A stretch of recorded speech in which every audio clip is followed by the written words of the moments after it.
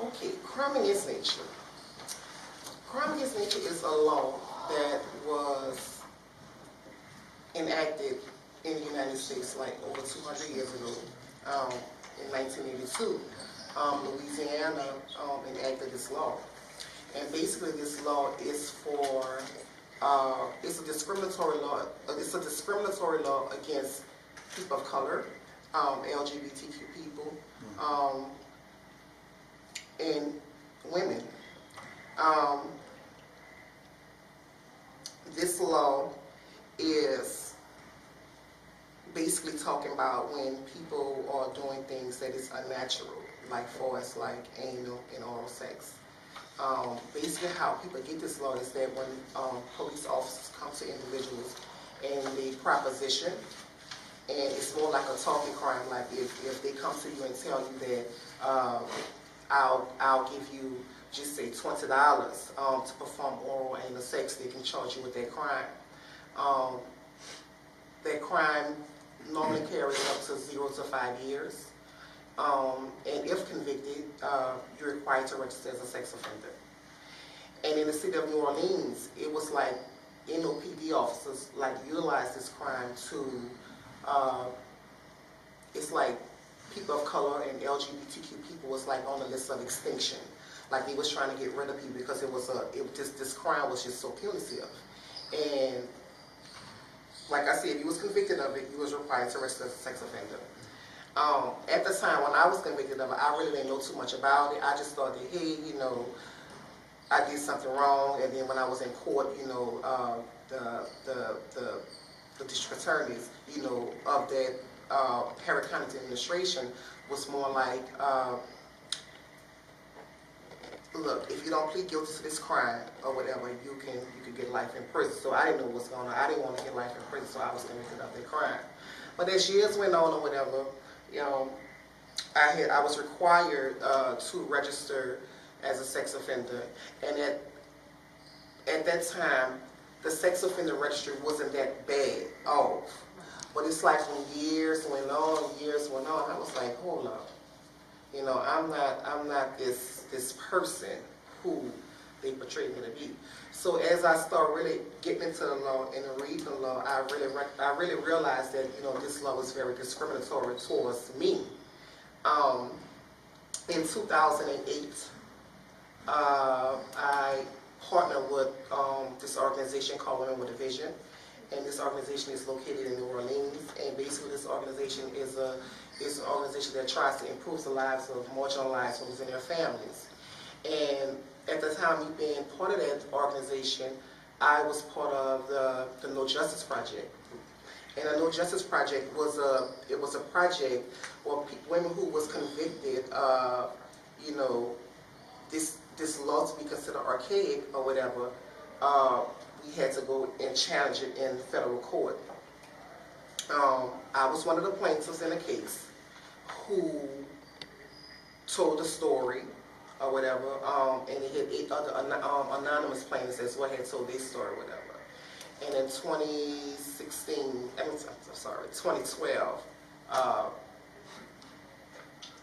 we won because the judge felt like that law, it was unconstitutional to allow these group of people to register as sex offenders, and people who was convicted of the revised statute of 1482, which is prostitution, didn't have to register. So he was trying to find out why is these group of people have to register for to be a sex offender and the other ones don't have to.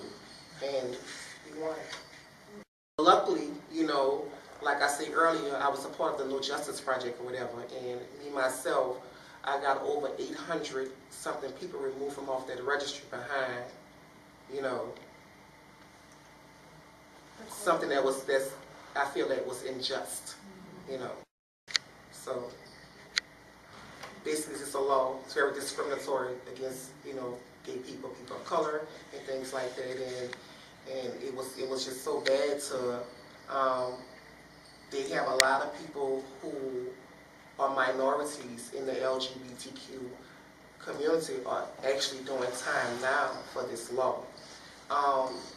In 2010, Senator J.P. Morrell, he kind of changed it, but it was only Prospective.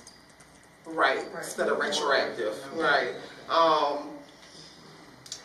Then 2011, I think he changed it again. It was like first offense is a misdemeanor, second offense is a felony. But people who are who was convicted between August the 14th on back, you know, it still affects them. I don't know if the law is still enforceable today, but me myself, I'm just trying to, you know, put my foot in the door to try to see if we can get this law repealed, because a lot of people has been affected by this law. They're trying to hold on to this law. To me, it carries no value, right? I just feel like that if you saying something is just unnatural, I feel like that's and no offense to anyone, right? I feel like that's a practice. And I'm not talking for us like with same gender. It could be same gender, it could be opposite or whatever. I just feel like that's just something that 90% of people probably do. You do know that part of that statute has entirely been ruled unconstitutional. But it's still enforceable. Well, so here's the issue that's happened. So Representative Smith, always the champion who takes the hard bills up and isn't afraid, she tried to get it repealed to where it would be off the books because people were making arrests in East Baton Rouge Parish of consenting adults. Right. And once again, resources, right? Judicial inefficiency by having unconstitutional laws on the books. And then we also heard about it again this year. The force that drives continuing to have that law on the books is an organization that totes the family values, right? And they would rather it be on the books than to not be, and that's like one of the things that really gets me. And even people who, it's not right. Well, like even people like Senator Claytor, and one of the things with him is that it annoys him so much when we have unconstitutional laws on the books. And so, because he's like, what's the law? Is it constitutional versus unconstitutional? And his whole thing is, I may have my own principles, but let's do the right thing and get stuff off the books. And I think that's one of the policy changes we need is that we continue to give power to people who probably like what does it matter if it's on the books? And the whole thing with the bestiality statute issue is that they were trying to take that piece with the animals that's still in that same statute, just because they were having a new sexual abuse of an animal. They opposed that bill because to them, they believe that it's all going to dwindle away. They in the newspapers like, oh, we really think they're trying to take this statute off the books. And Senator Morrell said, I'm all for gay rights, all these things. That's not why I'm here with this particular statute. But they even oppose sexual abuse of an animal. Like, you should have heard the comments and all about this. Like, people were opposed to this bill because they want the equivalent of sex with animals to be the same as sex with same-sex individuals. And I think I just feel like that's just an excuse. It is. It's just a bunch of excuses. They try to just, they don't want to really see why they want to keep this law. They just use these excuses to try to keep it. When it comes down to church and law, I just think it's not a good combination for me. You know, I just think it's not a good combination. I just feel like church is within itself or whatever, however. And the reason why I say that is because, you know, it's very rare that you see churches that's for right. You know, it's more of condemnation.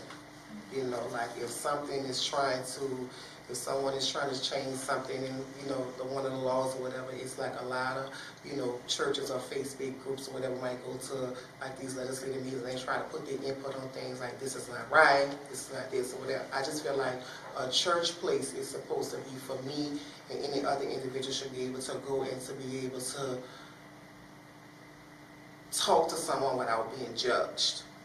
You know, talk to someone without being, you know, condemned and things like that, but you really just don't see it. And it's very rare, you know, that you have people, or you have a lot of people in churches or whatever that that don't condemn people. I mean, that condemns people. I mean, that don't condemns people or whatever. And I just feel like with law and church, it's just not a good mixture for me. Yeah, keep it separate. Separation of churches. You know, I just feel like an individual should be able to go to the church themselves. You know, I feel like it just don't look right to me if I see a pastor saying what's not right. For example, when Morrell was trying to, you know, when he was changing the solicitation of primary nature statute, I just heard one of the pastors was saying like, Probably one pastor. huh? There's probably one specific pastor. Yeah, I heard he representative. was, it's like you know, His name we is already know that the James law itself is based on, you know, someone's orientation. But then, you know, they're not speaking on orientation. They're just saying other things like, if you remove this law, you repeal this law, you know, the STD rate might be high. If you remove this law, whatever, you know, children are most likely to be, you know, molested or whatever.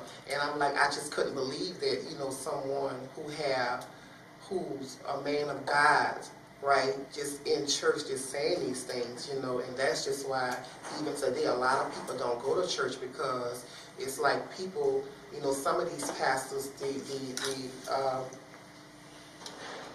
they go on a Bible and they get things from, they pick things from out of the Bible that's beneficial for them, you know. And then when you look at it, like, well, do they have a God, or do they have just a God is just Satan? You know, it's you don't see no good in it, you know. So I just feel that, you know, churches, it shouldn't be a mixture. It should be upon the individual, you know, to be able to, you know, go to the church and I guess to take ownership of what they have done and you know, ask God for forgiveness and things like that. But just mixing them two together, it's not a great combination for me.